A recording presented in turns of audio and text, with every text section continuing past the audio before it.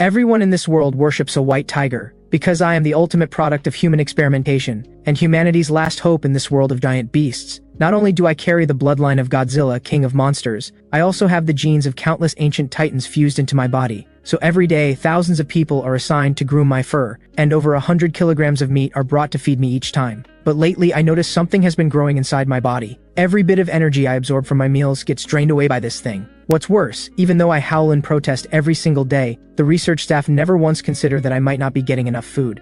The only one who ever helped was Henry. He only visited a handful of times, but the red serum he brought could keep me going for days. But Henry has been gone again, and when I try to communicate with my keeper Owen, they simply don't understand me. I'm losing my mind from hunger. To be fair, this really isn't Owen's fault. From his perspective, feeding me a tenth of my body weight daily should be more than enough. At the very least, it should be half filling, so it never crosses his mind. Instead, he assumes something else is disturbing my mood. And now, my eyes blazing red with hunger, I finally snap. With a roar that shakes the heavens, I launch myself into the air and clear that pathetic fence with ease, staging yet another great escape. Warning, warning, white tiger is out, white tiger is out. Red alarms blare across the facility, yet everyone in the control center looks completely calm. Lori, the glasses-wearing guy, sips his coffee without a shred of urgency and turns to Whitey. Wanna guess how long the white tiger stays out this time? I bet an hour. I say 30 minutes. And honestly, you can't blame them for being so relaxed. The white tiger is hands down the smartest and most docile animal they've ever encountered. Even when I'm feeling unwell, I politely let out a single roar to get their attention, then thoughtfully lie down and let them run their checks. Compare that to the carnivorous dinosaurs. Even the relatively gentle Triceratops doesn't always cooperate with the staff. And with bodies that massive, one careless move is enough to send a person flying. Next to them, my calm and quiet nature makes me seem downright friendly. What is everyone doing? A sharp voice cuts through the room. The two chatting men instantly sit up straight and pretend nothing happened, like students almost caught goofing off in class. The other staff, who had been doing their own thing, drop their phones and gadgets the moment they hear their boss's voice, switching from casual to serious in an instant, all eyes locked on their monitors as if hard at work. Claire takes it all in without a word. As someone who's been there herself, she completely understands the impulse. And yes, she knows full well how obedient and gentle the white tiger is. This little escape is no big deal at all, but appearances must be kept. The white tiger has a GPS tracker installed. Pull it up now and find out where he's headed. On it. Something's off. Quick-eyed Lori rushes the signal data onto the main screen and freezes the moment he sees the movement trail. Every single person who looks up at the screen drops their jaw. Am I seeing this right? No, I'm seeing it too. Same here. What the? Nobody can blame Lori for swearing right now, because on the screen, a red dot is blazing across the map at 100 kilometers per hour. Even more insane, that dot is tearing straight through a dense forest in a perfectly straight line. Claire sees the anomaly too, but her composure as operations manager holds firm. She begins issuing orders. Pull up every surveillance feed along that route. I want a live picture of what the white tiger is doing right now. Also, alert all personnel in his path and evacuate them immediately. Use electronic signals to drive the dinosaurs along that route clear. We cannot let them make contact. As Claire's steady orders flow out one by one, the tense hall fills again with the rapid clatter of keyboards, a sound they normally hate, now oddly reassuring. Where is Dr. Wu? I need to speak with him. Claire turns to her female assistant. She doesn't know much about the white tiger, only that it's the latest gene fusion hybrid to come out of the lab. Even Owen probably knows more than she does. She's the operations manager, not the head of animal husbandry. She can talk the talk about these creatures, but she's nowhere near an expert. Dr. Wu received a call and left for Chicago. He won't be back for about a month. Damn it. The news hits Claire hard.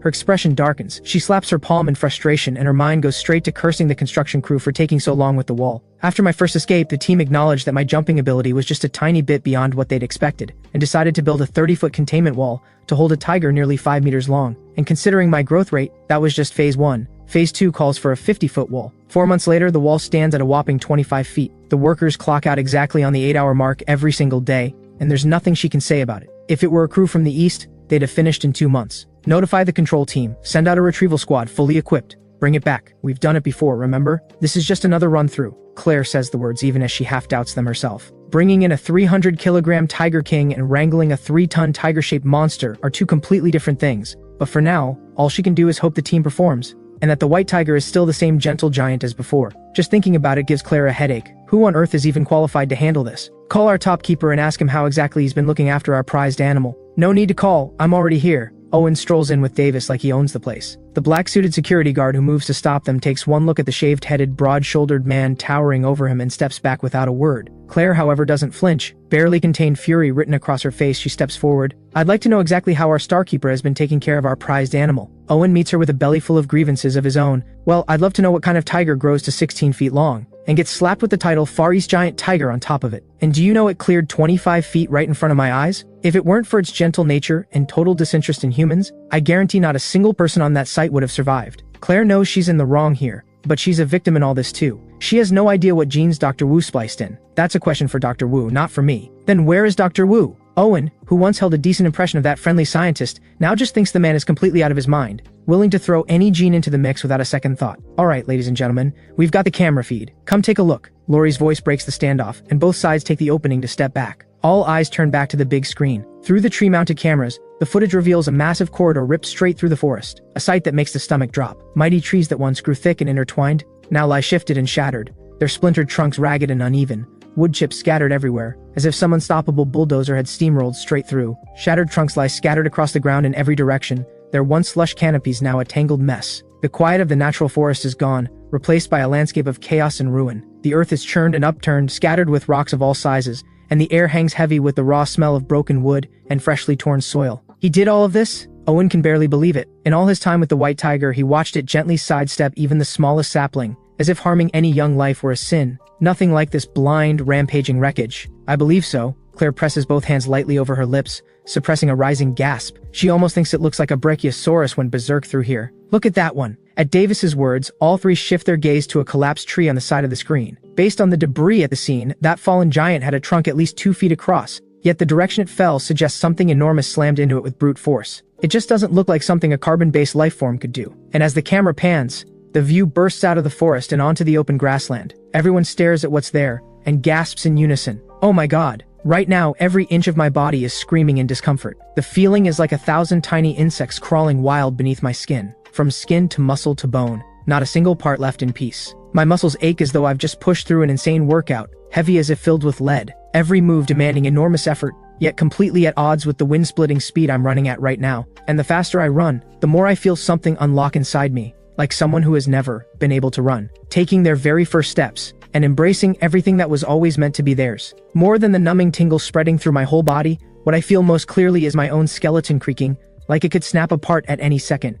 And that is the kind of pain that cuts straight to the soul. Meanwhile, deep inside my gut, that strange crystal core is pulsing like mad, beating even faster than my own heart. From that place I feel a hunger that screams through every cell in my body. I need to eat, now. Ever since Henry first showed up, and looking at the size I've grown to, I've long since figured out that I'm a gene fusion hybrid too. I just have no idea what's actually in my genetic blueprint. These strange symptoms must be coming from whatever unknown genes were spliced into me. Ever since I started interacting with Owen, my body has kept right on growing at the same relentless pace, to the point where even those closest to me might not recognize me anymore. And on top of that, I've discovered I can apparently do what the Indominus Rex does: activate thermal vision and optical camouflage. I've even noticed my stripes can glow on command. What am I, a firefly? But none of that matters right now. What matters is that I'm about to lose my mind from hunger. Through my thermal vision, I spot a mass of large heat-radiating bodies to the south, clearly dinosaurs. I'm past caring about their size or how many there are. Right now, all I want is to take one down and eat. Finally, pushing myself to the very edge of my controlled speed. In no more than 3 or 4 minutes, I burst onto the open savanna. The greatest gifts of a feline are stealth and explosive power. Those unmatched elongated canines and bone-crushing bite force make it the most terrifying hunter in all of nature. The moment I charge out, I find myself face to face with the nearest Triceratops. Roughly 3 meters tall, 7 to 8 meters long, topped off with that massive armored frill. 2 massive brow horns and a shorter nose horn. A walking armored tank. The Triceratops startles at my sudden appearance, but quickly regains its composure. 10 tons of body weight and a colossal frame give it all the confidence it needs. From where it stands, I probably look no bigger than a juvenile Triceratops, so it gives me a low warning growl, drops its head, and swings those sharp horns directly at me, trying to intimidate me into backing off. And as always, a tiger's naturally low profile is just too easy to underestimate, especially for dinosaurs that have never laid eyes on one. Staring at a Triceratops that clearly doesn't take me seriously, I have absolutely no intention of dodging or retreating. I don't even bother with a roar, I simply leap and lunge forward. The Triceratops instinctively dips its head, raising its enormous frill high, a move that makes it look more imposing,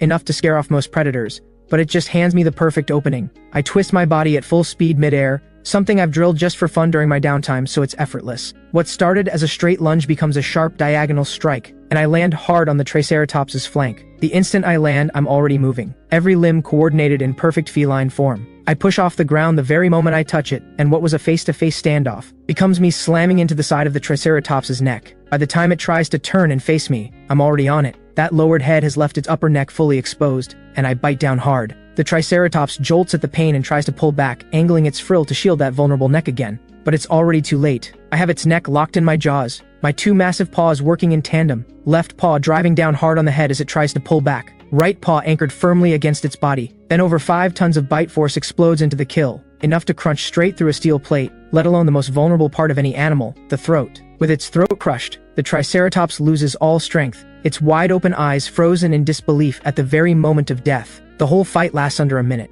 I made it quick and clean. I'm no sadist, I just needed to eat. The moment the Triceratops goes down, every dinosaur nearby bolts as far away as possible, putting as much distance as they can between themselves and this blood-soaked predator in their midst. And I'm happy to be left alone. I get to work without wasting a second, because I'm nearly starving, and there's no time for ceremony. I'm going straight for a leg first. Everyone, let's be clear. Our target this time is not the little tiger from 4 months ago. We're dealing with a genuine titan, a prehistoric monster. I need every single one of you at 200%. Hamada checks his weapon as he speaks, reminding his team just how serious and how dangerous this mission is. Yes, sir, they all served together in the same mercenary unit once, and he has no intention of losing anyone on a single operation. Weapons slung and familiar in hand, the captain climbs into the lead off-roader. One command and the convoy moves out. The mood starts light enough. After all, they dealt with the white tiger just 4 months ago, and it was easy to handle back then. Completely obedient. Here's hoping it goes just as smoothly this time. Yeah, always so well behaved. On my breaks I'd go watch him run around outside just for fun. Relax. It's just a tiger. 4 months. How big could it possibly have gotten? These rough and ready soldiers don't know a thing about gene experiments, but they all know one truth. Every single creature in this place is a monster. Even the one that looks like a perfectly normal tiger. They reach the area marked by the GPS signal. The vehicles ease to a stop. Doors open one by one. They step out, boots hitting the uneven ground. They adjust their gear, cinch up their pack straps, and look up at the unsettled forest ahead. Still calm, still easy. Hamada makes a quick gesture. Ready up. He leads the way, and the rest fall in behind, moving forward on foot. Their footsteps ring out unnaturally loud in the dead quiet forest as if nothing else alive is around. What the hell? The massive corridor ripped through the trees by sheer brute force, hits them all like a punch to the gut. Feels like a heavy tank rolled through here. I guarantee he was in a serious hurry. Hamada ignores the attempted humor. He crouches down and scoops up a handful of earth. Just rubbing it between his fingers tells him everything. The moisture, the density, the freshness. Fresh and packed solid. He has to work his fingers just to break the pebbles apart. That alone tells him how much force passed through here. The tracks are fresh. He's just ahead. Everyone check your gear one more time, move out. They advance in alternating cover formation until they reach the edge where the forest opens into grassland. The moment they break through the tree line, the tension drains from every chest at once. Well, what can you say? Their park's most well-behaved big cat really lives up to the title. There, beside the carcass of the Triceratops, lies a creature nearly a full story tall at the shoulder, peacefully asleep, its white fur rising and falling with each breath like a living, breathing mountain. Back in the control center, everyone breathes a sigh of relief at the peaceful scene. Good, just one Triceratops, still within acceptable limits. But how much does a Triceratops weigh again? Sharp-eyed Owen spots the thing nobody else does. His attention isn't on the sleeping big cat. It's on how unnervingly clean the surrounding area is. Not a single dinosaur in sight. And that Triceratops skeleton, far too clean for comfort. A fully grown Triceratops stands 3 to 4 meters tall, runs 6 to 8 meters long, and weighs in at 8 to 10 tons. So just how much meat can it provide? He catches snippets from the researchers nearby and realizes everyone here is a dinosaur enthusiast, himself included, which means everyone's eager to show off what they know. But right now, Owen's only real question is about the white tiger sleeping out there. Just how much did it eat? The Triceratops DNA we sourced wasn't fully pure. We supplemented it with some bovine DNA, so its meat content comes out to roughly 60 to 70% of its total body weight. So that animal out there could yield close to 5 tons of meat, correct? Theoretically, yes. Owen starts kicking the equipment beside him in frustration. Claire stares at him like he's lost it. Does he have any idea how expensive that equipment is? And why is eating more a problem? The last time she and Owen reviewed the white tiger's physical data, he weighed 2.7 tons and stood 2 meters tall. Now he's pushing 3 meters. With Davis's helpful breakdown, Claire starts to grasp just how serious this is. He consumed twice his own body weight in food? He ate it, digested it, and his body actually grew larger. Is any of that even possible? If Henry were still here, he could probably spin a reason for all of this. To cover up what he built into me, Henry had already cataloged thousands of species, the top performers in every category across the natural world. But Dr. Wu isn't here right now. We can't get the gene map from him, but looking at the situation, he was simply hungry. Once he's full, he should head back on his own. Claire waves it off. It's just one Triceratops. Rare within the enclosure, sure, but hardly irreplaceable. Control team, bring the white tiger back, now. Copy that. The control team begins advancing slowly, fanning out to form a wide encirclement around me. But Hamada, leading the front, notices something. The purple markings on that white mountain of fur seem to be glowing, and the glow is picking up speed. He pushes the thought aside. Get it contained first. Ask questions later. After all, it could just be firefly DNA, right? But the moment he raises the tranquilizer gun to fire, the markings on that white mountain suddenly blaze bright, like a bomb on the verge of going off. Everyone fall back. At Hamada's shout, every person jumps back on pure instinct, and in that same instant, the light radiating from my body surges to its peak, and with a thunderous boom, it releases a massive shockwave. This wave, seemingly harmless, expands outward from me as its center, spreading across the entire island. Wherever it passes, every piece of electrical equipment short-circuits instantly. What's happening? What's going on? The vehicle just died, and my phone's gone black too. In the control center, every screen goes dark in an instant, but thankfully the backup power system kicks in, and some of the feeds gradually flicker back onto the main display. Stay calm, everyone.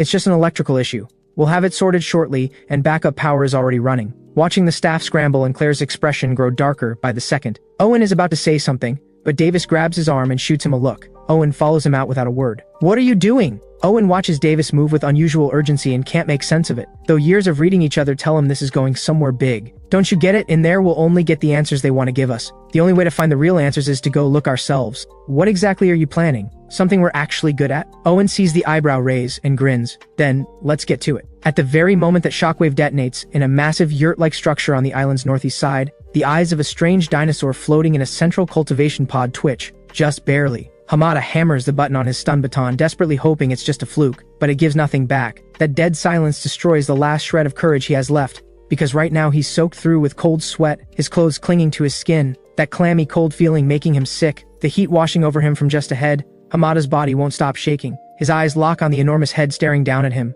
No question, that massive jaw could swallow his entire upper body whole. The head alone is over a meter wide. Wait, the report said just over 2 meters tall? You call ceiling grazing height just over 2 meters? Nearly 3 meters rounded down to a bit over 2. That's one generous rounding. He'd have to jump just to reach its shoulder. While it could end his life with a casual nod of its head, the rest of the team stares up at the massive white creature before them, doing their best to hold it together. But the fear bleeds through anyway. Pupils shrinking, beads of sweat rolling freely, weapon-gripping hands trembling, knuckles gone white from the strain. Standing on open ground in front of a tiger nearly 3 meters tall, not one of them thinks their legs can outrun it. And fighting up close, even the Maasai needs 7 or 8 warriors to bring down a single lion. And this thing is a tiger, a 3-meter gene fusion monster. There is no fighting this. You remember me, right? Hamada tries his luck, keeping his voice friendly. He did visit from time to time after all, and honestly nobody in this entire park dislikes me. Stunning, a giant white cat. Who wouldn't love that? I stare at the human in front of me. Honestly, I have face blindness. Every foreigner looks basically the same to me, except for a handful of celebrities I actually recognize. Roar!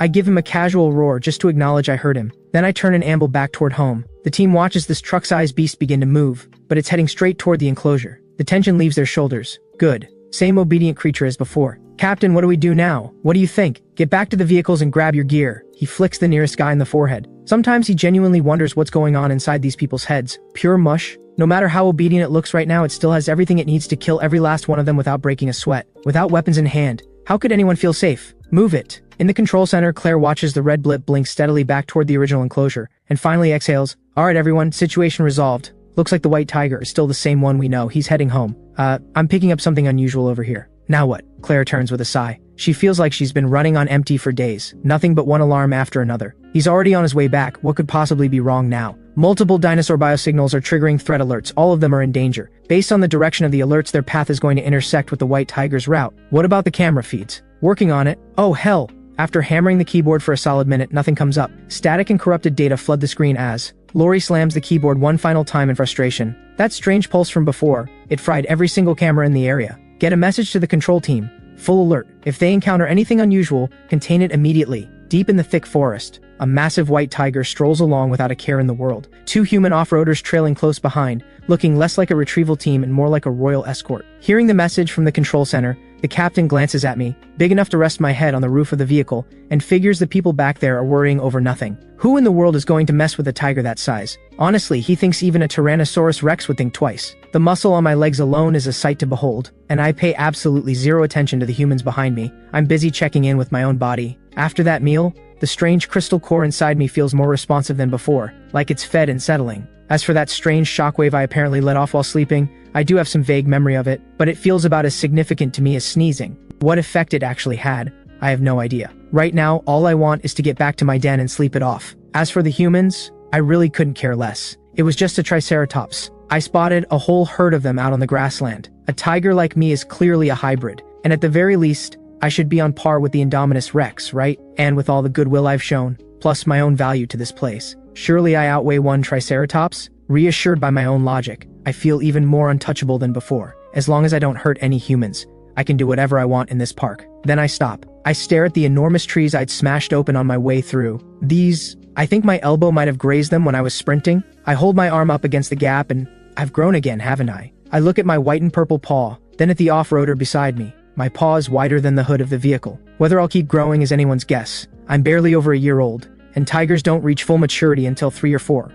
There it is again. I find a sturdy tree nearby, lean sideways and start rubbing my back, specifically the shoulder blade area, against the bark. Ah, that hits the spot. Ever since I finished eating, the itch in my shoulders has been getting worse and worse. And it's not a surface itch, it comes from under the skin, drilling straight into the bone. I have no idea what's causing it. Surely I'm not actually growing wings? Basic aerodynamics still applies, you know. People always say a tiger with wings like that's the ultimate combo. But the reality is, a tiger's current build is already dominant nature. Add wings to that and the daily food consumption would be absolutely astronomical. Birds sacrifice everything to get airborne. They've stripped their bodies down so aggressively that their digestive tracts can't even hold waste. Whatever goes in comes straight back out. So wings, for a creature like me right now, would be nothing more than decoration, and honestly, I might not even be able to fly. The last thing I want is to be a glorified ground chicken. But the people behind me, watching the giant tiger scratch itself against a tree nearly 3 feet across, the bark cracking and groaning under the pressure, stare at the split in the trunk in disbelief. Is that crack for real? Finally, the tingling in my back fades,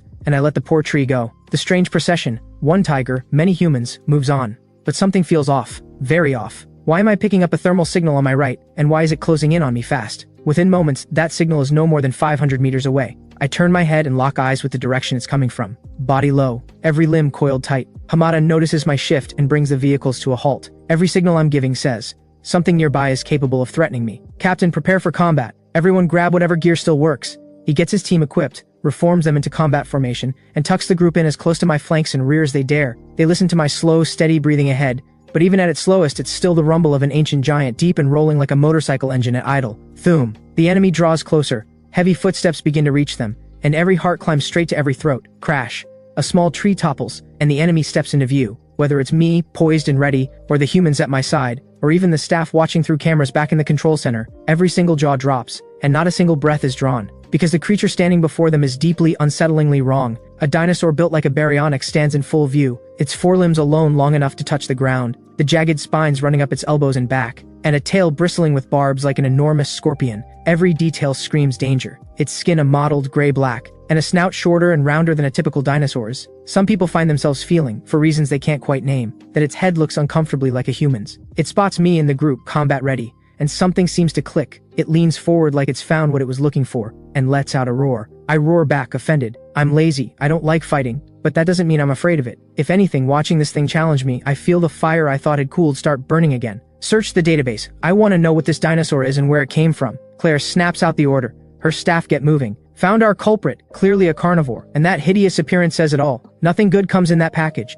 But whatever it is, it's clearly not a naturally developed animal, almost certainly another gene splice hybrid. And who's behind it? No question. Henry again. Claire has seen gene fusion hybrids before. Whether it's the Indominus Rex kept locked away, or the ever-gentle white tiger, the two couldn't be more different in temperament, but at least they both look somewhat presentable. And I, with my white and purple coat, am downright adorable if she's being honest. But this thing, it looks like someone crammed a giant scorpion and a mid-sized theropod into one body. That stubby mouth, those strange eyes, the vague suggestion of a human face, it's textbook Uncanny Valley. Just thinking about it makes Claire's skin crawl with goosebumps. Send Squad 2 to support immediately. Are they authorized to use lethal weapons? She hesitates at the question. She genuinely isn't sure. She doesn't know whether this hybrid is considered a valuable asset. Nobody briefed her on this when she took the role. Nobody mentioned the park had this many variants, so she can't make guarantees. Is this thing a protected asset or not? Authorize the weapons, but under no circumstances is anyone to kill it unless absolutely necessary. Claire is torn. The weight of her responsibility as manager and the value of ordinary human lives pull at her from both sides, and neither choice comes easy. In the end,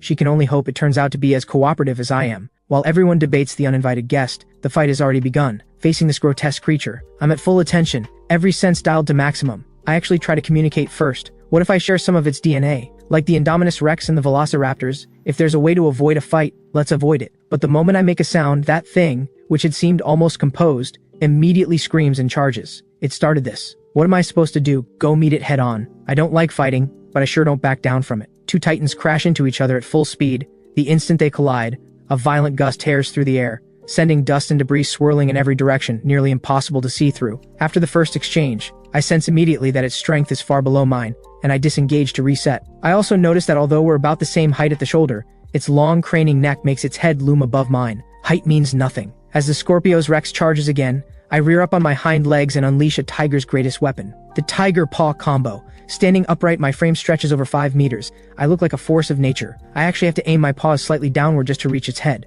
Over 20 tons of striking force, left, right, and the creature is completely disoriented, staggering with every hit. But as the hits pile up, I notice something wrong. No matter how many times I strike, it goes flying from the force all right, but it doesn't seem to be taking any real damage. How durable is this thing? As the two giants clash, the watching humans scramble to spread out, observing the battle between dragon and tiger, and yet everyone is surprisingly relaxed, because the advantage is clearly mine. From a human's point of view, it looks like that strange dinosaur is practically volunteering its head to be smacked. After dozens of strikes with no sign of it breaking, I get tired of it and switch tactics, slamming both paws hard into those long, thin arms, then opening wide and clamping down on its throat. It has taken more hits than I can count, and maybe it's finally learned something. Because now, when the Scorpio's Rex attacks, it drops its head hard on every charge, even starting to shift into a four-limbed rush. For me, that's solved by a slight lean, and all it does is offer me its exposed upper neck, right at jaw level. And I can clearly see all those backward-facing barbs covering its body. Nothing good ever comes with spikes like that. So instead of going for a full throat clamp, I take half the grip.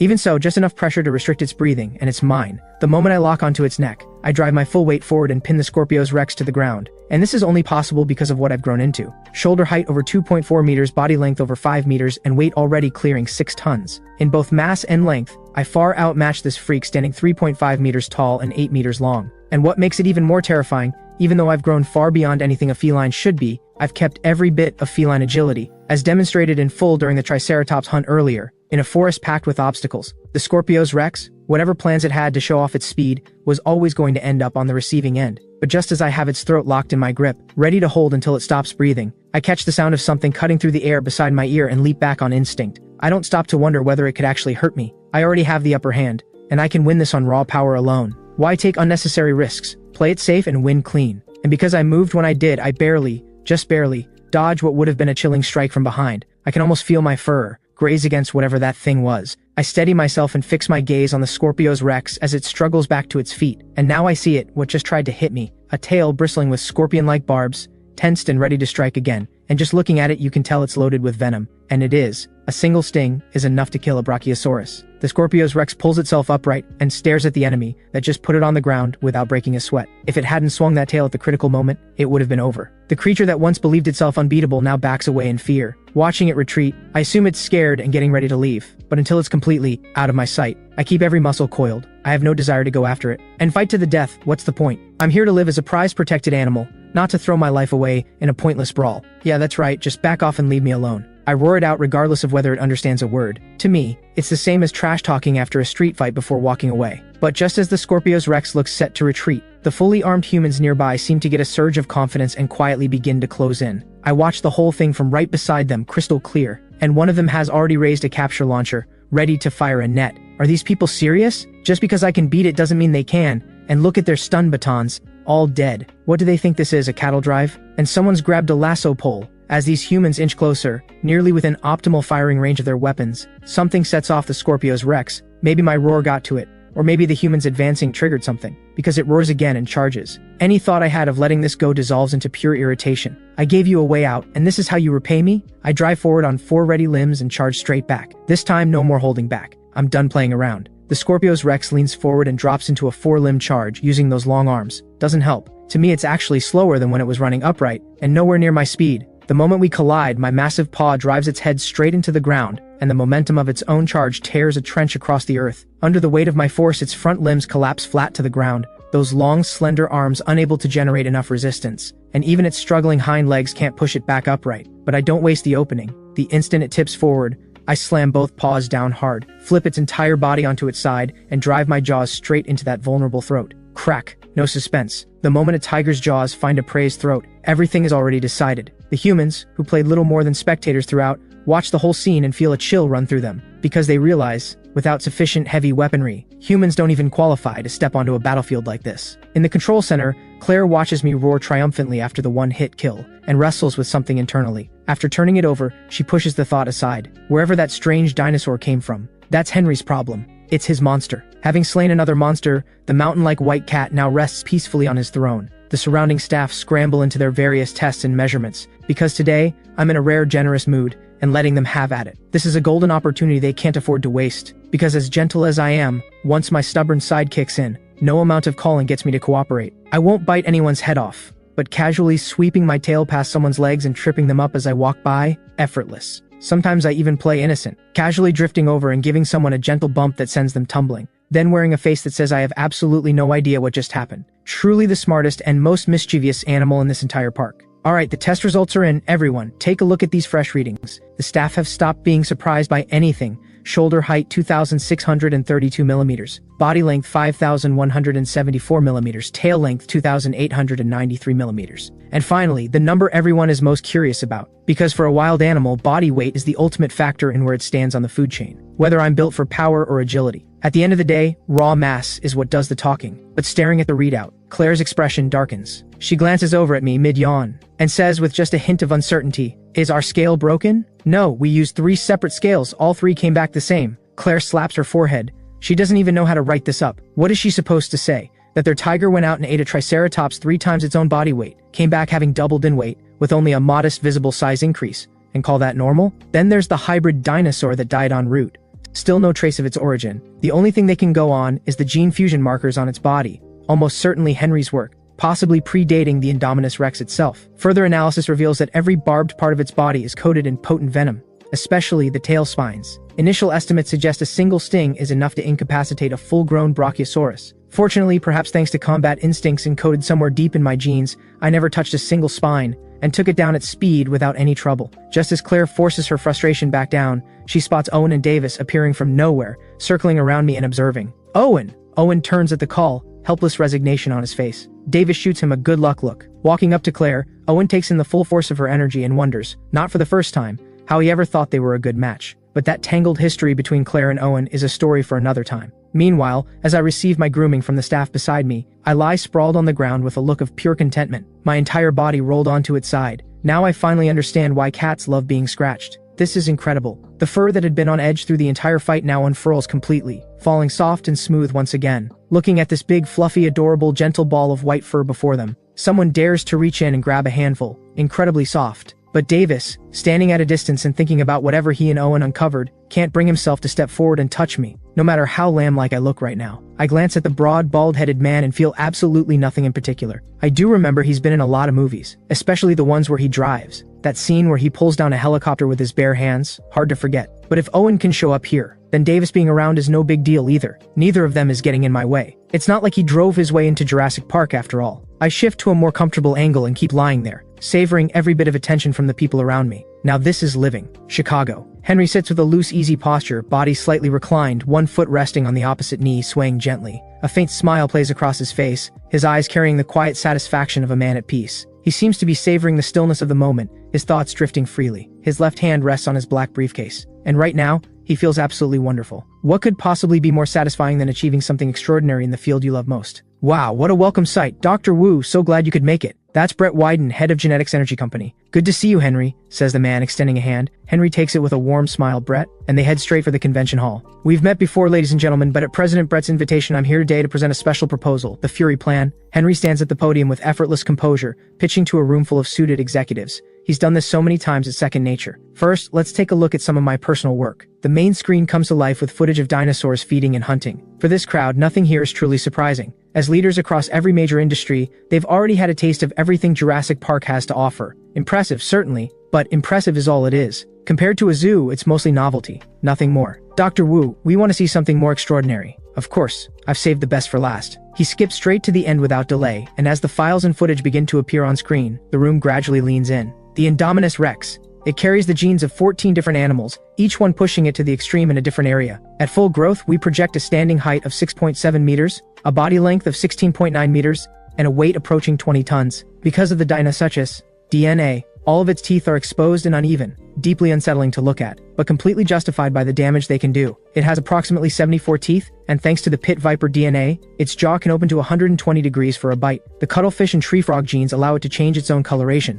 blending into virtually any environment with ease. The primate DNA gives it arms far more capable than a typical theropod, even allowing four-limbed locomotion when needed. Hand structures resembling a human's give it genuine gripping capability. Most critically, the pit viper genes allow it to track prey through thermal vision, while also enabling it to regulate its own body temperature, masking its heat signature and hiding from any thermal detection equipment. Its only limitation is speed. That massive body means it's not a fast runner by any standard, but it can still reach 50 kilometers per hour. And thanks to its unique body structure combined with Carnotaurus and Velociraptor DNA, its legs can generate exceptional bursting power, capable of sustained long-range charges. But even that is not our ultimate goal. What we're truly after is something more careful, more lethal, and more intelligent. With just a little more genetic engineering, we can create the perfect hidden killer. And most importantly, no pension required. At that, Brett himself jokes about the modern military, drawing a round of laughter from the room. Of course, once we bring everything together, rest assured, ladies and gentlemen, we will deliver far more than you paid for.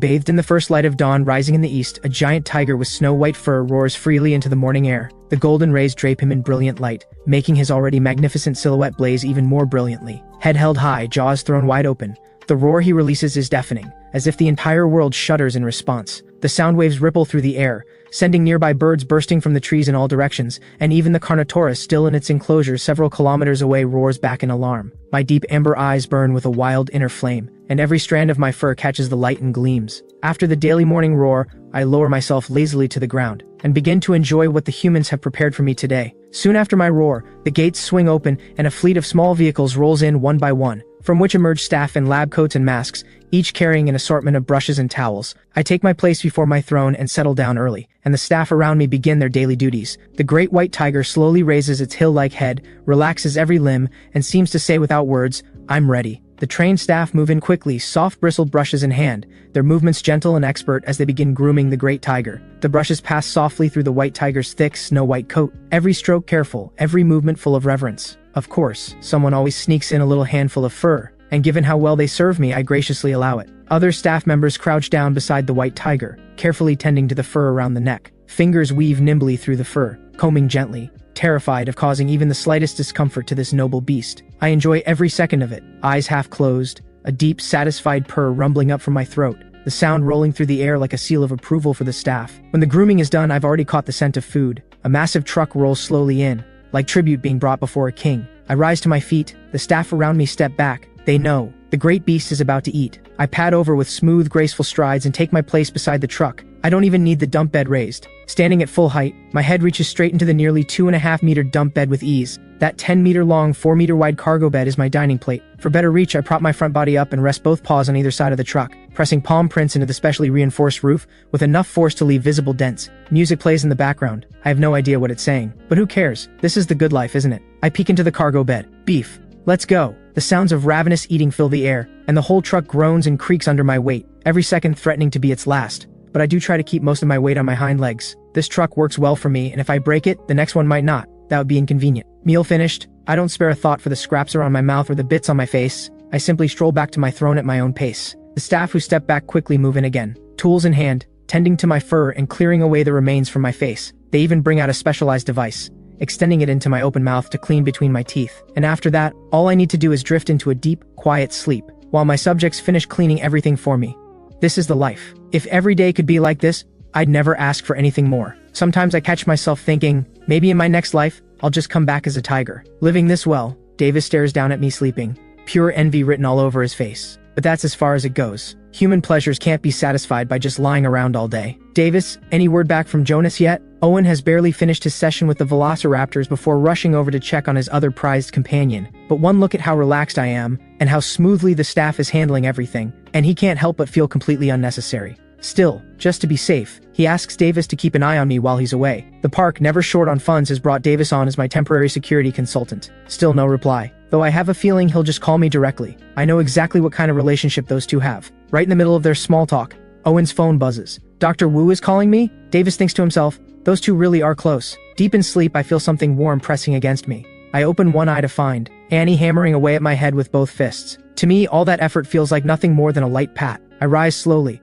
like a mountain coming to life. Annie stares up at the colossal creature whose thigh alone towers over her head. Even knowing me as well as she does, she takes a step back. I give a lazy grunt to let her know I heard her, then lumber toward the gate. Annie watches me obediently walk away and shakes her head with a helpless smile. Across the facility, Henry is staring at his computer screen, deep in thought. When he hears movement outside, he presses a button on his desk, and the door swings open. A creature taller than a full story of a building walks in. Truth be told, ever since returning from Chicago, Henry has had zero interest in the fate of his first test subject, the Scorpios Rex, which I killed. He even cheered when he watched the footage. One-hit kill. In Henry's eyes, the Scorpios Rex was every bit as powerful as the Indominus Rex. Its venom-coated spines enough to ruin any opponent's day on first contact. Yet somehow, facing life and death for the very first time, I pulled off a perfect first encounter kill. Not only did he hold no grudge, he immediately got to work expanding the facilities around me, building an entirely new research base. He even had a custom gate installed, 5 meters tall and 3 meters wide, just to fit me. But now, looking at the creature before him, already over 4 meters tall, Henry quietly wonders,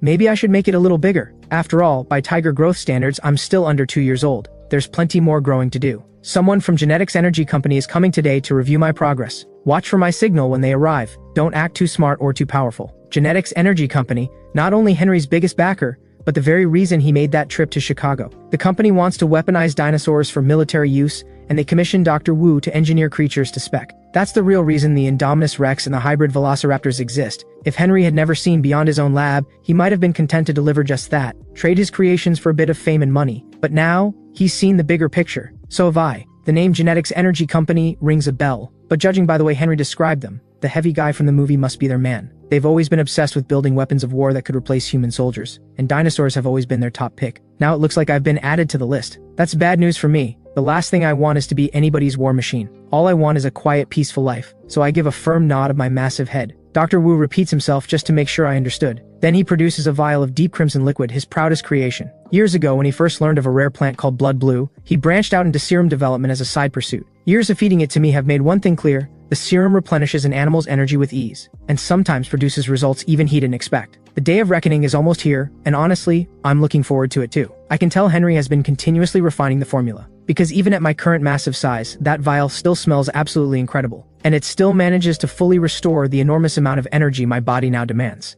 The moment I get to taste the fruits of Henry's work is just around the corner, while the two of us are each lost in our own thoughts. That evening, the head of security for Genetics Energy Company arrives, the man obsessed with turning dinosaurs into weapons of war, Victor Hoskins, stepping into the research base. Hoskins is a heavy-set middle-aged man with salt and pepper hair and a neatly trimmed beard. He stands behind the safety glass watching the pale white giant prowl its enclosure. Thanks to its gene fusion hybrid advantages, the Indominus Rex has grown to 15 meters in length, making it the undisputed largest carnivore on the entire island, not counting the Mosasaurus, which is no dinosaur. Pair that with its endless array of hybrid abilities, and you have a near-perfect weapon of war. Hoskins can barely contain his satisfaction. Henry keeps his expression neutral. Next, let's check on the other subject. Hoskins nods eagerly. 10 minutes later, they've moved from the high-walled breeding compound to an even larger enclosure. Seeing how much bigger this pen is compared to the Indominus Rex's, Hoskins assumes whatever's inside must be a supreme predator. But then he and Henry look down at the white big cat sprawled across its throne like a lazy old man, motionless, content to be waited on by humans. Both men's expressions twitch. This is not what Hoskins had in mind at all. He can't detect a single spark of energy or fighting spirit. Did the fusion experiment fail? He's like those ligers bred from tigers and lions. The body grows fast, and he may even surpass the Indominus Rex in size someday. But the defects are everywhere. Even the act of walking could kill him. What's with the music? The booming beat fills the air. Those wild, shameless lyrics. Is that booty music? He actually loves this song. We let him pick, and this is what he chose. Kept bobbing his head to it too. Listening to Henry deliver that with a completely straight face, Hoskins shifts his gaze back down. I can't even feed myself without human assistance. The verdict is swift. He doesn't pass. Doctor, I want you to create more creatures like the Indominus Rex. Dr. Wu replies calmly, I'll keep working on it, of course, but producing something at the Indominus Rex's level doesn't come cheap. Having successfully secured a fresh round of funding, Henry comes down to the enclosure floor, and I stand beside him, watching Hoskins walk away. I turn my head and let out a sound in Dr. Wu's direction. Translation: get back to work on that red serum, Wu. I'm starving. Well, more accurately, I'm waiting for dinner. Or rather, the quality inspection of said serum. Henry clearly gets the message. He heads back to the lab and throws himself into work without another word. The next morning arrives. Jurassic World. A brand new day. Another train packed with visitors rolls through the park gates. Zach and Gray, two young brothers among the crowd. Their aunt is none other than Claire, the park's operations manager. And that's exactly why their mother, sent them here to spend time at Jurassic World. As one brother drags his feet with boredom and the other practically vibrates with excitement, the events of Jurassic World begin to unfold. Their mother had hoped Claire would personally take the boys around, but Claire is swamped. She sends her assistant Zara to keep an eye on her two nephews instead. Claire herself is busy pitching to investors. Ever since dinosaur DNA was extracted from ancient mosquitoes preserved in amber and cloning became reality, an entire generation has grown up in a world where dinosaurs are real. As dinosaurs become more commonplace, the investors are starting to question whether Jurassic World still has what it takes. Claire counters with the Indominus Rex, and it works. In the eyes of the park's management team, keeping visitors coming back means building bigger, scarier dinosaurs, creatures that can deliver ever more thrills. Once the investors leave satisfied, Claire stops by the control room to get an update on recent enclosure breaches. Our herbivore breaking out is of course a minor incident here, handled and closed within the hour. Is White Tiger available today? Yes. He's in a good mood today. Perfect. Let him go. Ever since I arrived on this island, park security has improved dramatically. There isn't a single dinosaur on the premises that hasn't been on the receiving end of my paw. Then Claire heads with park owner Simon Masrani to the Indominus Rex's breeding facility. Standing at the same glass wall that rattled Hoskins the day before, Simon runs his fingers along the cracks. Is it always like this? Always. Incredibly violent. I had hoped it might be as cooperative as White Tiger. Lightning doesn't strike. Twice. Not everyone can be him. I'll have to ask more of you then. I'm one dinosaur security guard short. Simon chuckles. White Tiger really is remarkably gentle, docile enough to let humans climb on your back. I should know, I've done it myself. He always shakes us off the moment he notices, but still, I did ride a multi-meter giant tiger, didn't I? Shame nobody got a photo. As he speaks, the Indominus Rex emerges from the tree line, its monstrous head lunging out to snap its prey clean in two. Because of me, Owen and Henry have crossed paths many times and exchanged their views on animals. On Owen's suggestion, Henry made sure the Indominus Rex was fed live prey, rather than using the mechanical feeding system to drop in chunks of meat. Simon nods with quiet satisfaction. Bigger, more ferocious. Exactly what he asked for. Not as gentle as me, but more than sufficient as a showpiece attraction. At this point, the Indominus Rex is almost beside the point. Simon is already planning to evolve Jurassic World into a full ancient creatures park, and when that day comes, he can look Hammond in the eye and say without hesitation that he's built something greater. His gaze drifts back to the cracks in the glass. His brow furrows. This facility is a safety risk. Being the responsible owner he is, Simon immediately asks Claire to track down dinosaur expert Owen and get his input on the enclosure security. Few people know that Claire and Owen used to date, and Claire isn't exactly thrilled about this errand, but she goes anyway, professional as ever. Owen, meanwhile, is sprawled out on my belly without a care in the world. The soft, warm fur makes him feel like he's lying on a cloud. The moment Hoskins was dealt with, I got bored and hopped out of that enclosure, which, let's be honest, couldn't hold me anyway. On my walk, Owen flagged me down to break up a Pachyrhinosaurus brawl. I had nothing better to do, so I obliged. Ever since I first wandered out of my enclosure and casually settled a dinosaur dispute, Claire's team has been full of ideas. Why not let the apex beast handle apex beast problems? And so the role of tiger security was born. The awkward part, of course, is that it all depends on my mood. If I feel like it, I'll handle it. If I don't, I won't even respond to Owen calling my name. Owen checks his phone, gives my flank a pat and says, "I've got somewhere to be. Go enjoy yourself. Just don't terrify anyone, alright?" Yeah, go. I roll onto my back, belly to the sky, soaking up the sun. There is truly nothing better than lying in the grass like this. Owen stares at me, already drifting back to sleep, shakes his head and rides off on his motorbike. Once Owen is gone, I've slept enough. I yawn at the same old dinosaurs milling about, flick my tail and head into the forest. Left behind, a field of panicking dinosaurs, who settle back down the moment I'm out of sight. Seeing the same faces every day has taken all the novelty out of it. Compared to the dinosaurs who scatter and screech the moment they see me, I've grown far more interested in the areas where humans gather, the guest zones. There's far more interesting material there to keep a tiger-brained me entertained. My nose alone is enough to map most of Jurassic World. Filtering through the sea of human scents, I lock onto a cluster of juvenile and subadult herbivores. Optical camouflage engaged, I move through the entire area without drawing a single glance, human or camera. With pit viper DNA woven into my genome, I'm completely invisible to any thermal detection system. As for GPS tracking, I've long since mastered electromagnetic pulse control. A slight adjustment to the charge along my fur generates a localized magnetic field that scrambles any signal with ease. The field only affects electronics within 10 meters of my body, no wider than that. And what makes me proudest of all is that I figured all of this out entirely on my own, sending the control room staff into a spiral convinced their equipment was malfunctioning. Henry, on the other hand, watched it all unfold with quiet contemplation, and ultimately proposed removing my tracking implant altogether. After all, I'm the most trustworthy creature in the entire park. Habit is a powerful thing. Take right now, I know every path in the guest zones by heart. I slip between enclosures without a second thought, finding an open patch of fence and vaulting over. I've even used this trick to sneak into the T-Rex paddock and watch her eat. This T-Rex is a true veteran of Jurassic World, old by any measure. Her body is covered in scars, yet every one of them seems to make her look stronger, not weaker. In the entire Jurassic World story, if Henry is the human lead, then the other undisputed star is standing right in front of me, old Grandma Rex. If I recall, she was born in 1988, which puts her at only 26 now. Is that old for a dinosaur? All I know is when she eventually goes one-on-one with the Indominus Rex, she dominates the early rounds. That massive skull is a serious weapon, but her hardware can't keep up. The Indominus Rex plays dirty. Those freakishly long forearms. Could arm wrestle a Therizinosaurus. And compared to that, the later fight against the Giganotosaurus. Now that's when things get really dire. The old queen nearly dies. Maybe it's the same instinct that makes people follow celebrities. I keep coming back here just to watch her. But strangely, the more I visit, the more my mind starts generating a very long list of ways I could take her down. I shake those strange thoughts loose and remind myself of my own advantages. Four-legged stride, exceptional core strength. I can take down any theropod with ease. Cats are masters of the throw, and for a top-heavy opponent like a theropod, they're practically built to be thrown. Once they hit the ground, the tiger wins. No question. But after all these visits, despite every precaution I take, she spotted me once. Lucky for me, it was nearly midnight,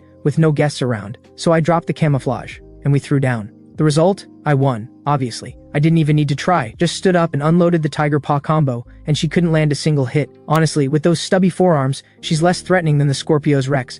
Every time she charged, all I saw was a massive skull flying at me like a gift. After enough lessons, Rex finally figured out that I'm not even 2 years old. Yet this strange little creature matches her in size, and crushes her in raw strength. Still, she can tell I'm not actually a threat to her, more like a cub poking at her for fun. So now, every time I come to bother her, she simply ignores me. At the Gentle Giant's petting zoo, I stay well clear of the crowds, and scale a nearby tree in a few easy bounds, surveying everything from above. It doesn't take long to spot Zack and Gray, the two brothers key figures in the story about to unfold. Gray is standing on his tiptoes, face glowing with excitement, watching Triceratops and Ornithomimus stroll leisurely across the enclosure. Children's laughter fills the air, accompanied by their parents. Kids all around are getting up close with the dinosaurs. Zack is staring at his phone, utterly bored. Soon enough, the energized Gray drags an unwilling Zack over to the T-Rex paddock. Both boys stare down, mesmerized at Rex feeding below. Against a T-Rex stretching 13.8 meters, the little goat doesn't stand a chance. If it weren't tied down, its speed might just be enough to outrun a T-Rex, but its legs are bound.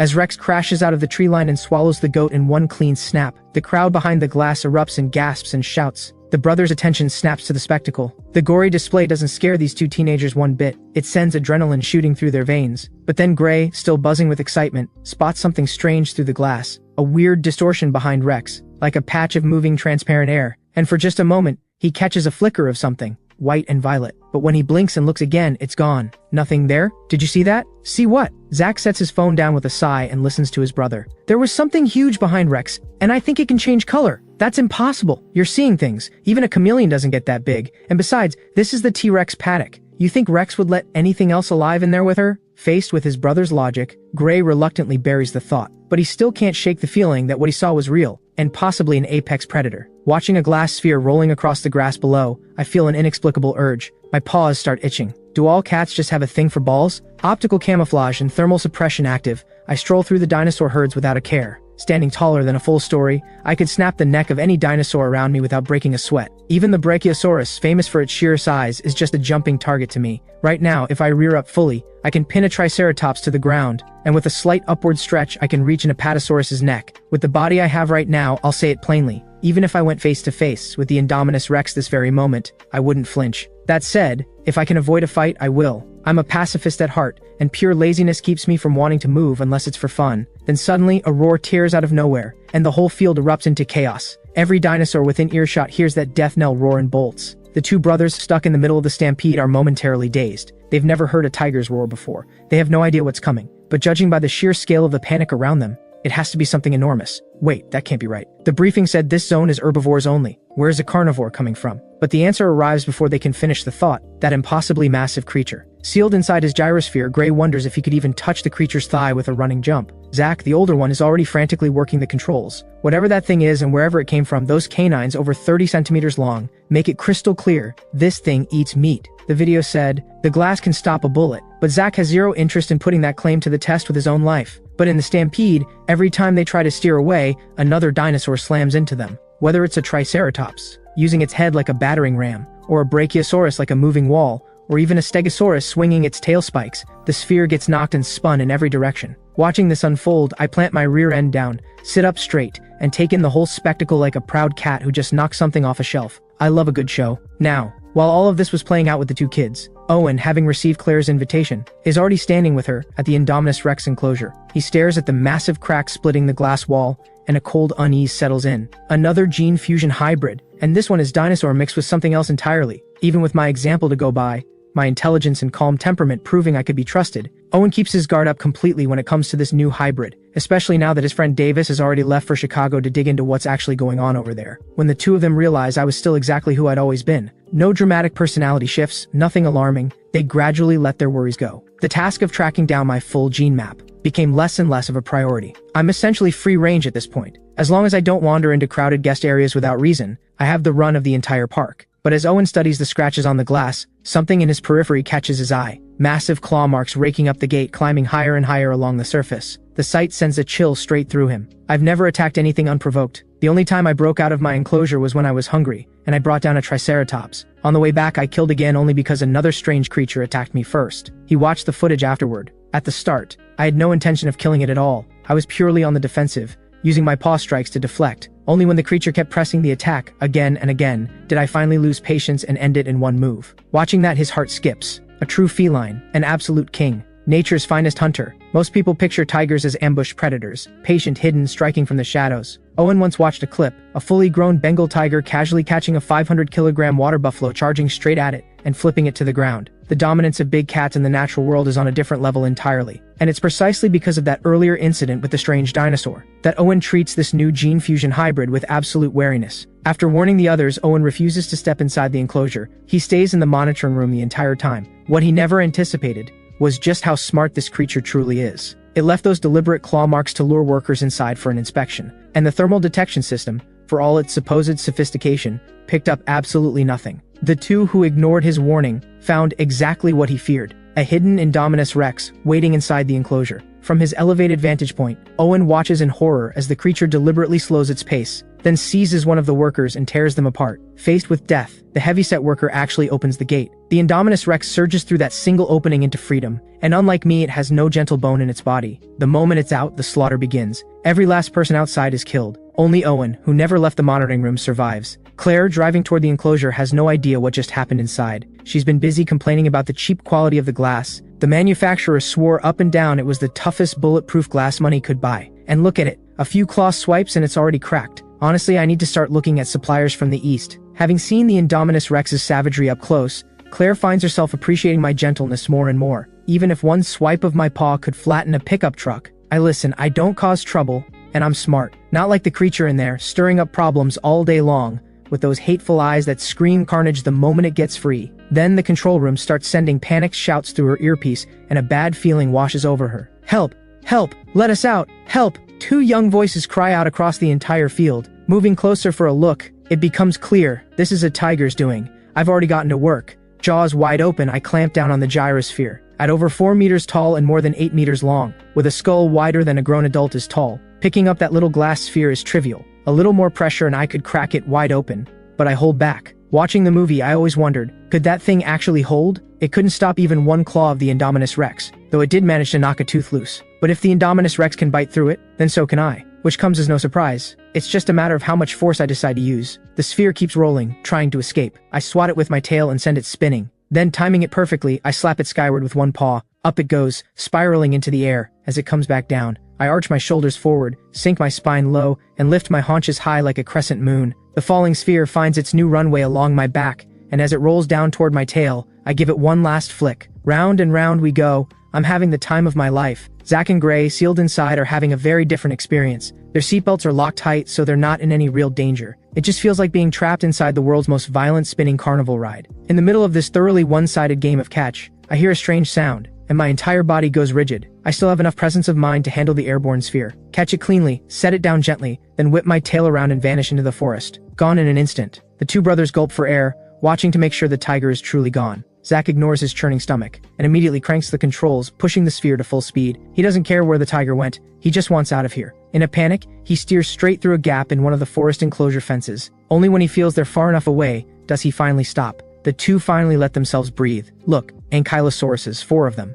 Zach, feeling marginally safer, rubs his still unsettled stomach. To ease his brother's nerves, he gives his shoulder a pat and points to the 4 massive shapes ahead. We spotted them from the gondola earlier, just a lot closer this time. Wait, I thought there were supposed to be 5. No way, there are only 4. Watch, 1, 2, 3, 4. listening to his brother count. Gray slowly raises a finger and points at the glass in front of them. Reflected in it, the head of a fifth enormous dinosaur. I'm tearing through the forest at a dead sprint when a strange sound reaches me. It's not a dinosaur's cry. It's not any animal I've heard before. Honestly, it doesn't even sound like something alive. If I had to describe it, imagine a clothes rack spinning while dragging across glass. And yet, strangely, the moment I hear it, my blood starts to burn. Like a call from somewhere, deep inside my bloodline. I can almost make out what it's saying. I have awakened. Come now. What? What does I have awakened even mean? And come now. What, you want me to bring offerings? Pushing to full sprint, I arrive at the eastern tip of Nublar Island, standing on a cliff edge staring down at the surging sea far below. There's absolutely no way I'm jumping in there. I let out a tentative roar, not sure if whatever's out there can even hear me. Because I don't think I heard it with my ears at all. It felt like I sensed it through my fur. It occurs to me, in human terms, sound is measured by frequency. Human ears only catch a narrow slice. Above that range, ultrasonic. Below it, infrasonic. How much of that spectrum a tiger can perceive, I honestly don't know. But looking around at the dinosaurs nearby and everything else in sight, none of them seem to have heard a thing. Which means whatever frequency this signal is on, only I can receive it. This has never happened before. Did Henry secretly give me a sibling? How else do I explain why that sound feels so instantly familiar? I shake the image of another giant tiger out of my head. I think I'm getting the wrong idea. Biologically, I'm barely 2 years old. I stand at the cliff edge and wait. Nothing comes back. It's as if the whole thing was just my imagination. The excitement fades back into stillness. With no answer coming, I lower my great head and turn back, carrying a faint weight I can't quite name. Maybe I don't even realize it myself, but from the very moment I came into existence, I've carried a loneliness that comes and goes like a quiet shadow. I genuinely don't know what I am. A tiger? What tiger gets this big? A gene fusion hybrid? I've already killed one, and it looks like there's another I'll probably have to deal with. The gap between us is too wide. There's no real communication to be had. Maybe that's why, the first time I met the Scorpios Rex, I didn't immediately go in for the kill. We were the same kind, in a sense. Who could have guessed it was simply unhinged? If it weren't for the optimism and clarity my human soul brings to this body, I might have fallen into a very dark place by now. Then a fierce, energized roar erupts from the forest. My ears snap to attention. It seems to come from the direction I just ran from, and this sound is nothing like the one before. This is a raw dinosaur bellow, the unmistakable snarl of a carnivore. I think of the two boys I was just playing with, running through the timeline. That thing is broken out. With that, I gradually pick up my pace. We're both gene fusion hybrids. Why not introduce myself? I conveniently overlooked the part where, fully aware of its place in the food chain, it kept slaughtering everything anyway. In my view, that kind of behavior just means it needs a beating. Once something is beaten into submission, everything tends to sort itself out. The only force that can restrain violence is greater violence. That creature's bizarre appearance and brutal hunting style are nothing like me. Earlier, during their escape, the gyrosphere took a direct hit from an Ankylosaurus tail club and was wedged deep into a tree trunk, completely stuck. By the time they crawl free, that terrifying creature is staring straight at them. They watch as those blade-like claws slowly puncture the glass, and all Zach can think is, that tour guide was a complete liar. Bulletproof? It can't even stop one dinosaur claw, and when the Indominus Rex figures out that poking it with its hands isn't working fast enough, it goes straight to biting. That skull, nearly 2 meters long, opens past 120 degrees in a death grip kiss, clamping down on the sphere with everything it has. With each surge of force, the sphere begins to give, cracks spiderwebbing across the surface. Zack and Gray unbuckle instantly. Staying put means dying.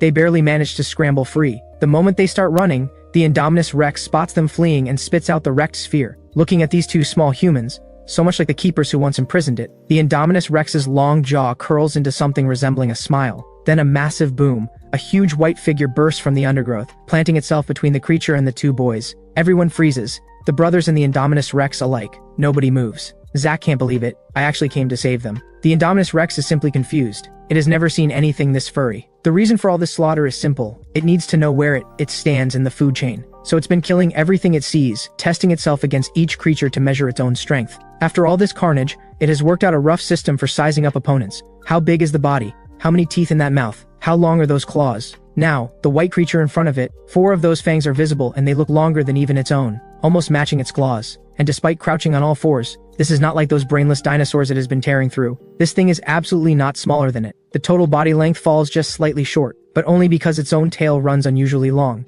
And in the same breath it catches a scent, a killing aura radiating off this creature. The Indominus Rex can feel the fighting intent radiating off me, but after the rampage it has just unleashed. It believes its position in the food chain must be near the very top, and the thing standing before it now is the opponent that will decide whether it truly is number 1. Without a moment's hesitation, the second I appear, the Indominus Rex snarls, spreads its claws, and charges. Watching it charge without so much as a greeting, I feel genuinely irritated. Why does it take time to chat with the velociraptors but come straight at me swinging? Isn't it basic animal behavior? When two apex predators of equal rank share the same territory, They posture and display, show off their strength, and try to get the other to back down. That actually makes a lot of sense to me. A fight between equals almost never ends without serious injury on both sides. And if I get hurt, how am I supposed to hunt? How am I supposed to eat? Looking at myself, I'm clearly a top-tier predator from any angle. Do I just look too approachable or something? That thought snaps me out of any interest I had in negotiating. If it wants a fight, then a fight it gets. Let it learn who's in charge. I'll say it again, I don't enjoy fighting, but that doesn't mean I can't, or won't.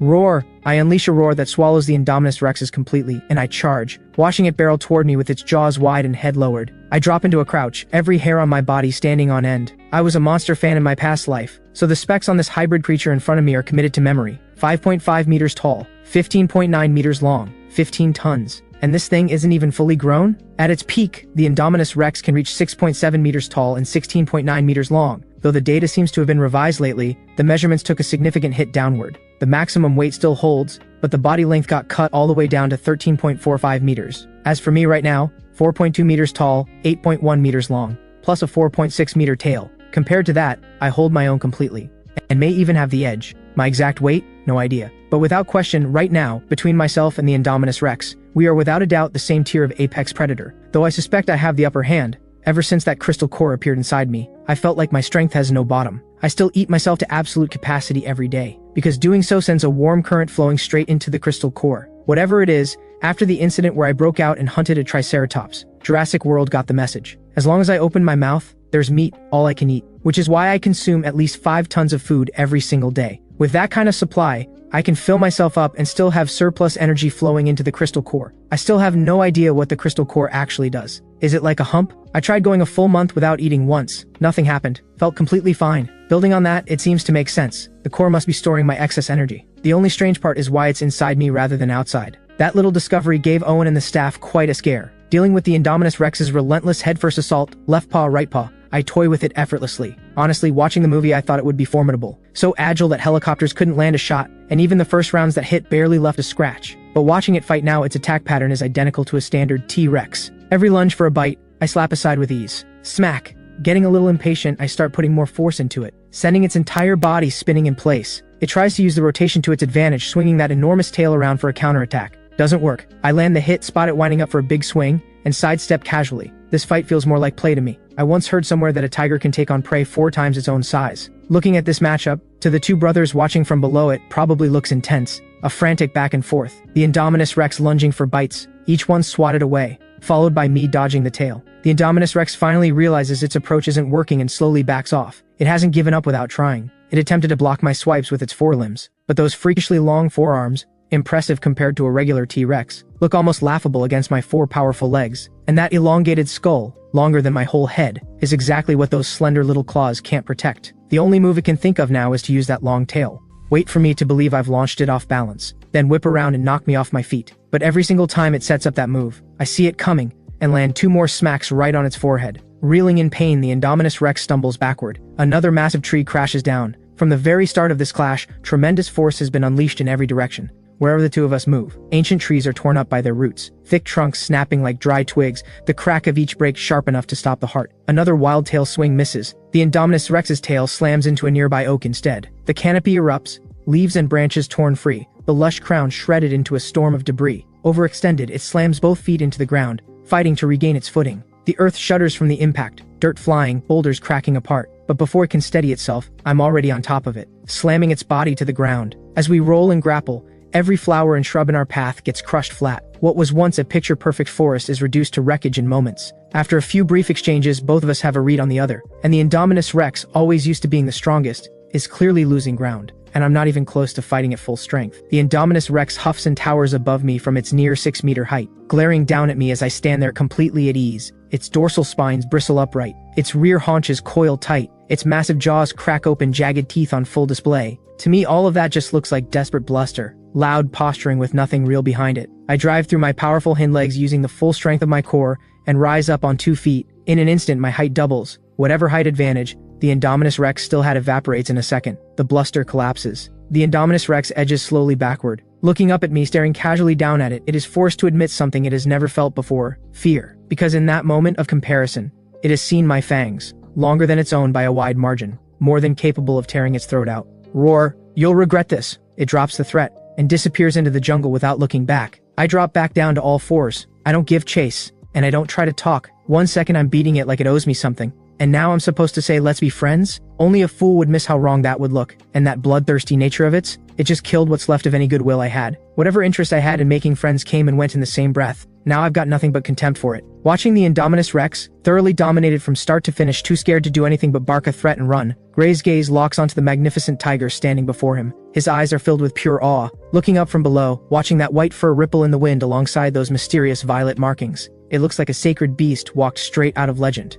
Zack, being older, sees it differently. To him, it's two apex predators that just settled a dominance fight, and their own situation hasn't really improved. Fortunately, the massive white tiger barely glances at the two of them before turning and trotting off toward the open field, leaving both brothers standing there, completely dumbstruck. I couldn't care less about those two. Earlier I was just chasing them around, because their vehicle was a ball, and my instincts kicked in. Now, my mind's on something else entirely. I pick up a heavy scent of blood, fallout from the Indominus Rex's massacre, and my stomach's rumbling. Might as well grab a bite. With the threat gone, the two brothers make it safely back to the enclosure area where they're reunited with Claire and Owen, who had come searching for them. There was a huge white tiger on the way. He used us like a cat toy, but didn't hurt us. He was incredible. He beat this really strange-looking dinosaur. Right, and the dinosaur had these insanely long arms and way more teeth than a T-Rex. Claire and Owen exchange a look as the two kids talk over each other. They understand what happened. I was wandering outside, ran into the kids, and my playful instincts kicked in. And in the process, I happened to shield them from the Indominus Rex. The two adults can picture it clearly. I'm roaming through the forest, spot an enormous glass ball, and as any feline would, I'm immediately fascinated. After all, during Owen's time as my keeper, he watched me mess around with my ball every single day, until I got too big and the ball got too small, and I eventually stopped. Now the interest is back, perfectly understandable. So I follow this new ball, until the Indominus Rex shows up and targets the two boys inside, and I step in to drive it off. After the fight, I didn't give chase, and I didn't stay to babysit the kids. I just left. Perfectly normal, completely in line with my gentle, lazy nature. A shame I didn't finish off the Indominus Rex then and there, though. Still, this is good news. The Indominus Rex is not invincible. Go find Lori, get him over here. I'll take the kids somewhere safe. Got it. Plan set, they split up. The Indominus Rex situation is escalating fast. They need to move. Meanwhile, while the humans scramble on their end, I'm happily working my way through a feast of fallen dinosaurs. Not my mess, not my problem. Might as well eat. But surveying the carnage spread across the field, I can't help but grumble. That Indominus Rex went way too far. Killed everything in sight, dozens from every single species. This thing has gone beyond challenging the food chain. It's just killing for the sake of killing. But hey, not my concern. Back to eating. I toss aside the picked clean remains of an Apatosaurus and move on to the next. Behind me, a trail of 7 or 8 carcasses. Something feels off today. I've eaten this much and still don't feel full. Why? No, hungry isn't quite the right word. It's more like the feeling of not being satisfied. I tune inward and feel it, that warm current flowing through me, all of it pouring into the crystal core in my chest. How much energy does this thing need to absorb? Not bothering to strip the bones clean, I launch myself at the next target. There's plenty to go around, no need to be thorough. Then, right in the middle of my meal, I hear rotor blades. I look up. A helicopter passes overhead, heading in the direction of where I just fought the Indominus Rex. Wait, I just remembered. In the movie, it was Simon who got bold and reckless. He took a helicopter to personally hunt down the Indominus Rex, crashed into the Pteranodon aviary, released a swarm of pteranodons, and got himself killed in the process. His death indirectly led to the closure of Jurassic World, or its takeover. Either way, it means the end of my peaceful life. Absolutely not acceptable. I throw my head back and let out a long, full-throated roar. Up in the helicopter, Simon spots the white figure on the ground below. Watching me roar up at him, Simon instinctively assumes I'm saying hello, gives me a cheerful wave in return, and flies straight on toward the forest. He's going to put down the creature that's caused him all this trouble. He eyes the Gatling gun mounted on the fuselage with complete confidence. No carbon-based life form can stand against the firepower of modern weapons. With my exceptional eyesight, I catch every detail. Simon's waving hand 100 meters above, the grin on his face. It's practically screaming, "Can't lose! Why won't anyone listen? You're a billionaire. Why are you personally charging into battle?" I drop what's left of my meal and sprint into the forest. I need to reach the Indominus Rex first. Take it down if possible, and under no circumstances let it ruin the life I've built here. But the helicopter is far faster than anything on the ground. Within minutes, Simon is hovering above the Indominus Rex, the Gatling gun already spinning up and screaming. Watching the aim of his gunner though, Simon wants to curse and take the controls himself. A few hits at the start, then nothing but misses. Left with no choice, he pushes the helicopter closer, trying to give the shooter a cleaner angle, and as this whole chase unfolds, a white shape explodes from the trees, aimed straight at the fleeing Indominus Rex. It's me. This time, I'm done playing around. The moment I heard the Gatling gun open fire, I knew they'd made contact, so I got ahead of it, positioned myself right in its escape path, and waited. This time, the tiger's way. The ground begins to tremble. The Indominus Rex takes shape in the trees ahead. When the gap closes to under 100 meters, I launch, like a cannonball fired from a barrel. every ounce of my explosive speed on full display. I had already activated optical camouflage and thermal suppression, positioned myself downwind, all for this one perfect moment. The Indominus Rex, its full attention locked on the helicopter above, never saw it coming. Even when it caught the sound of those footsteps, too heavy, too fast, it was already too late. The Indominus Rex, unable to stop, ran straight into my strike zone. Already at full speed, I lock onto my target, jaws close around that thick neck, and using all the force of my sprint, I throw it to the ground. Even accounting for those overlong arms, I shift position the instant it goes down. My entire body coiled and locked across its back, jaws clamped tight to its vulnerable throat, like an intimate embrace. The instant Simon spots the massive white form below, he orders his crew to hold fire. That's his treasure down there. The Indominus Rex is a write-off. But the next great attraction for Jurassic World? Ancient creatures versus dinosaurs. Now that's a show. As the saying goes, you don't know what you've got until you see the comparison. Two of his most prized hybrid creations side by side, and set against my gentleness, the Indominus Rex looks like a complete disaster, which only makes me look all the more perfect, gentle, obedient, intelligent. With one minor flaw, I eat a lot. But against those three qualities, the food bill is barely worth mentioning. Feeling the grip on its neck tighten, air already becoming a luxury, the Indominus Rex thrashes desperately, both claws raking at my shoulders, legs kicking with everything it has, trying to kick death itself away. But from the moment I struck, every form of resistance was already accounted for. In this position, every move the Indominus Rex makes does nothing but drain its own dwindling strength, unless it could wrap its arms around me like an octopus's tentacles. But there's a fatal flaw in that plan. The arms aren't long enough. All I have to do is keep my forepaws locked on its head and body. After all, a dinosaur's core strength is nowhere near that of a modern mammal. Once down, staying down is almost guaranteed. Not even the famously agile Indominus Rex can break this rule. And unlike a mindless T-Rex, I'm not about to politely wait for it to get back up. I keep bearing down, feeling the life beneath me slowly fade. Then stillness. The Indominus Rex stops moving. I don't stop. I ease up just slightly, then drive forward with full force. A sharp crack. I sever its throat completely. No living creature comes back from that. I do it without much thought. I don't know if it might have been playing dead, so I make absolutely sure it isn't.